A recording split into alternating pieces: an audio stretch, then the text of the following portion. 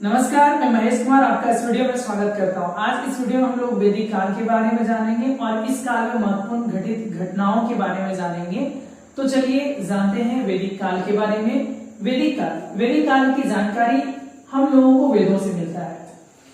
ब्राह्मण साहित्य में अगर भी देखा जाए तो सबसे पुराना साहित्य वेदों को माना जाता है। वैदिक काल एक ऐसा काल था जिस काल में ना वेदों की रचना हुई। अब ये जो वैदिक काल के दौरान जो संस्कृति अस्तित्व में थी, उस वैदिक संस्कृति के जो संस्थापक हैं आर्य को माना जाता है। आर्य एक संस्कृत भाषा का शब्द है और आर्य जो शब्द है संस्कृत भाषा का शब्द, ये क्या अर्थ देता है, क्या संकेत करता है? तो एक भाषाई समूह को संकेत करता है, एक अभिजात वर्ग को या फिर एक अभिजात समुदाय को संकेत करता है, एक श्रेष्ठ समुदाय को संकेत करता है। और कह सकते हैं कि ये जो समुदाय उस समय अस्तित्व में थी वो एक स्वतंत्र स्थिति को दर्शाता है। वैदिक संस्कृति एक ग्रामीण संस्कृति थी और वैदिक काल के दौरान लिपि की जानकारी न होने की वजह से वेदों को एक श्रवण परंपरा के द्वारा एक पीढ़ी से दूसरे पीढ़ी में आगे बढ़ाया गया और जिस वजह से श्रवण परंपरा के कारण वेदों को आगे बढ़ाया गया, जिस वजह से वेदों को श्रुति भी कहा गया।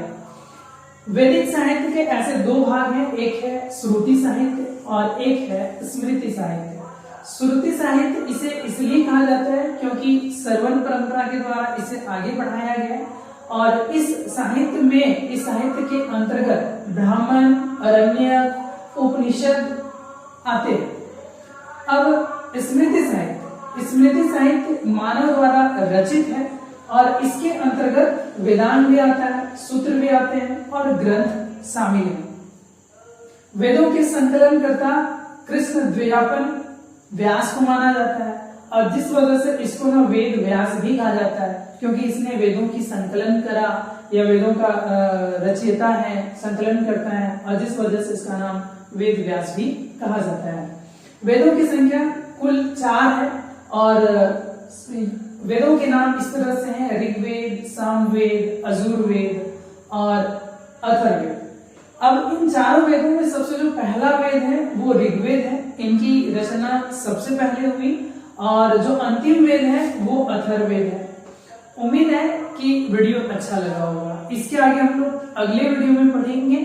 तो चलिए फिर मिलते हैं एक बेहतरीन वीडियो के साथ। तब तक के लिए जय हिंद, जय भारत।